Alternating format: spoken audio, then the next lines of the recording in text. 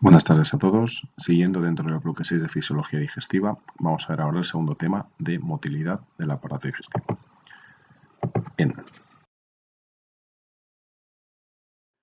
¿Y en qué consiste la motilidad del aparato digestivo? Bueno, en la clase anterior habíamos visto que el alimento, cuando es ingerido, tiene que pasar por varios procesos de ruptura, de fragmentación mecánica y de digestión enzimática, ¿vale? O sea, primero se rompería el alimento en fragmentos más pequeños y luego se adicionarían unas enzimas que producirían unas sustancias, en este caso pues ya nutrientes, que serían absorbidos por nuestras células. Hay dos partes entonces. Por un lado tenemos dentro de la digestión, por un lado tenemos la digestión mecánica y por otro lado tenemos la digestión química. En este tema nos vamos a centrar en la digestión mecánica y en la motilidad del aparato digestivo que la hace posible. Bien, digestión mecánica. Bueno, pues para que haya una digestión mecánica tiene que haber una contracción y relajación de las paredes esfínteres del tracto digestivo, porque ya hemos visto en el tema anterior que el tubo digestivo tiene paredes con músculo, pero también tiene otras zonas donde, digamos, se pasa de una estructura a otra, que se llaman esfínteres. Los esfínteres son engrosamientos en la capa muscular que se pueden abrir o cerrar en función de la necesidad en ese momento. Bien, esto parece de cajón, pero para que haya una contracción tiene que haber una despolarización. Perdón. ¿Cómo se produce la despolarización del tubo digestivo? Bueno, en el tubo digestivo lo que hay son unos potenciales de membrana que van oscilando, ¿de acuerdo? Van oscilando por canales de calcio que se abren, que se cierran, originados en las células intersticiales de Cajal. Estas células actúan como parecido a lo que sean las células marcapasos del nodo sinusal, que generan un potencial de acción ellas mismas. Bueno, estos potenciales de membrana van oscilando hasta que alguno de ellos llega al umbral. Cuando llega al umbral se produce una espiga. Esa espiga produce una contracción. Si la llegada al umbral es más prolongada, se producirán más espigas, que producirán una contracción un poquito mayor.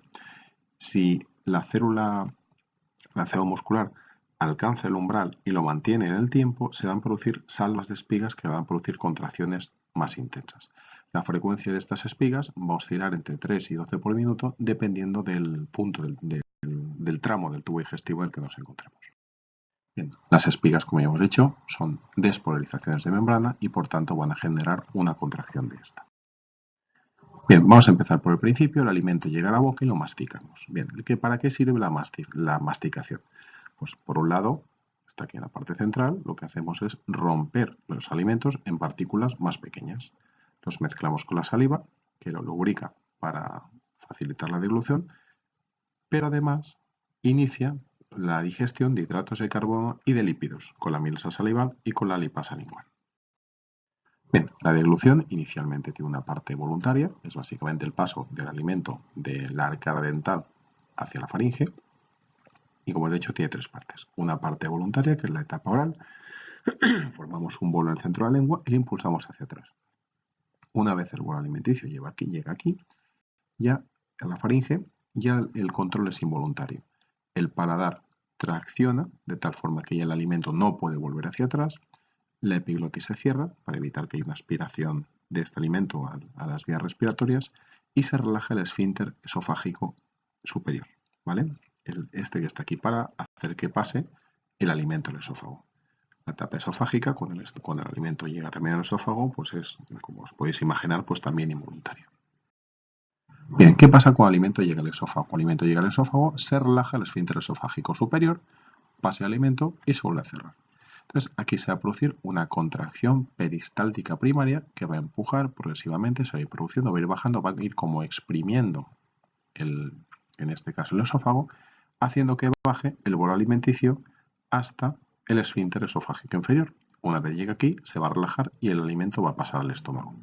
¿Qué pasa si el alimento se queda atascado? Pues se va a producir otra onda peristáltica de rescate en el punto donde se ha atascado el alimento, que intentará bajarla y procesarlo hasta el estómago.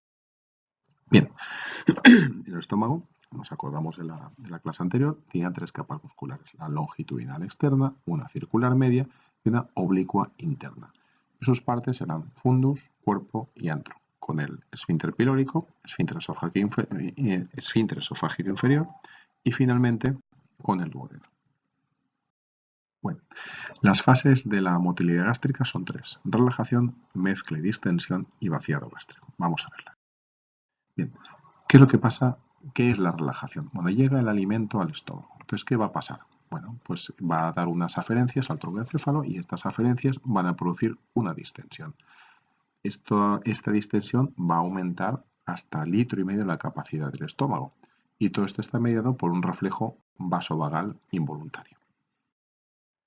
¿Qué va a pasar después? Pues bueno, va a empezar a haber una especie de contracciones vigorosas que se originan en la zona media y que lo que van a hacer es, van a ir contrayéndose en dirección al píloro, van a ir produciendo fragmentación del alimento y lo que van a hacer es que progresivamente cuando la contracción llegue a este punto, van empujando al píloro sustancias que están aquí en el antro, llega aquí, se contrae el píloro, llega la contracción contra el píloro y el alimento es retropulsado hacia atrás. Y otra vez volvemos a empezar. De esta forma, ¿qué es lo que conseguimos? Que haya una mezcla homogénea, que se produzca fragmentación de las partes gruesas y que solamente las pequeñitas puedan pasar a través del píloro. Durante el ayuno también hay contracciones gástricas, lo que se conoce como complejo mioeléctrico migratorio, que su función es de limpieza de residuos que hayan quedado de una comida previa. Por último, el vaciamiento gástrico, paso del quimo, o sea, del alimento ya parcialmente digerido, al intestino delgado, en este caso al duodeno. Bien, ¿qué cosas estimula el vaciamiento gástrico? Primero, el volumen alimentario. Un aumento del volumen gástrico estimula su vaciado. ¿Por qué? Una distensión en la pared gástrica produce un reflejo que aumenta la bomba pilórica e inhibe la acción del píloro. Por otro lado, la gastrina. La gastrina estimula la bomba pilórica y también facilita el vaciado gástrico. Bien, y como todo en el cuerpo, tiene su parte activadora y también tiene su parte inhibidora. ¿Qué inhibe el vaciamiento gástrico? Bien, primero el contenido en grasa. Perdón. Cuando los ácidos grasos llegan al duodeno, se segrega colecistoquinina. Esta colecistoquinina reduce la tasa de vaciamiento gástrico. ¿Por qué? Porque digamos que es como una información que tiene el estómago, como que hay ácidos grasos en el duodeno y no me envíes más hasta que no digiera estos. Entonces, la colecistoquinina, primeramente, va a reducir la tasa de vaciamiento gástrico, por ese tema que hemos comentado. Por otro lado, la acidez. Si hay acidez en el duodeno, es decir, cuando los alimentos se mezclan con el ácido del estómago y finalmente estos pasan a duodeno, se produce una caída del pH del duodeno. Esta caída de pH informa al estómago de que hay alimento que está pasando a duodeno y para que no pase más y se pueda producir una potencial lesión, se produce una inhibición del vaciado gástrico. Bien, ¿cuál es la finalidad de la motilidad intestinal? Ya estamos en el intestino delgado. Pues son dos. Básicamente, digerir nutrientes y absorber nutrientes. Primero lo que hace es mezclan el quimo para generar una masa homogénea, ¿vale?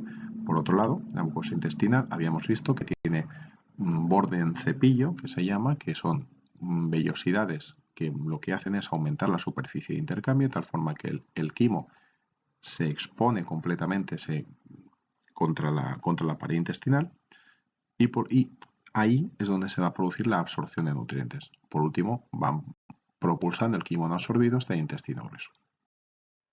Bien, lo que habíamos comentado se produce de esta forma. Hay dos tipos de contracciones de segmentación y contracciones peristálticas.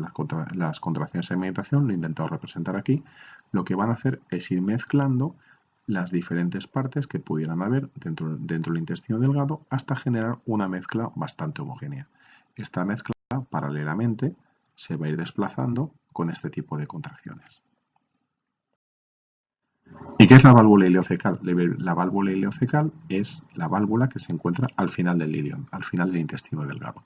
La función es evitar el reflujo de heces otra vez hasta intestino delgado.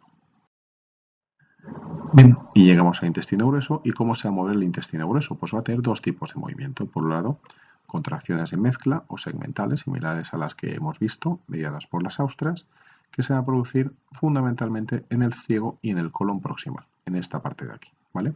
Finalmente, en cualquier parte del intestino grueso van a producirse movimientos de propulsión o de masa que van a ir movilizando las heces hasta el colon sigmoide y rectos. ¿qué es lo que va a hacer el colon? Pues absorber, entre otras cosas, va a absorber agua y electrolitos, por lo cual el quimo se convierte en una masa semisólida que finalmente forma las heces. Bien, ¿qué reflejos puede haber también? Pues bueno, pues una distensión de estómago y duodeno va a producir los reflejos gastrocólico y duodenocólico. ¿Qué quiere decir esto? La presencia de nutrientes en estómago y duodeno va a estimular el movimiento de heces a lo largo del colon. Esto es muy evidente en niños pequeños, en bebés, que después de comer pues suelen tener pues, una deposición. Por último, la defecación es la exteriorización de las sustancias del tubo digestivo que ya no nos sirven, o los productos del metabolismo de los nutrientes. Cuando el recto se llena el 25% de su capacidad, se siente la necesidad de deponer o de defecar, ¿vale? 25%. Puede admitir más, pero a partir de este llenado ya se produce la necesidad de defecar. Y hay dos esfínteres, uno que es el externo, que es voluntario, con el que digamos que regulamos o elegimos el momento en el que expulsar las heces, y un esfínter interno que es involuntario, que se abre cuando llegan las heces al recto. Y nada más, importante, las sondas lente, los potenciales de espiga, entender muy bien las etapas del ciclo digestivo, para qué sirven, y por supuesto saber diferenciar las sondas de mezcla y las sondas peristálticas. Muchas gracias.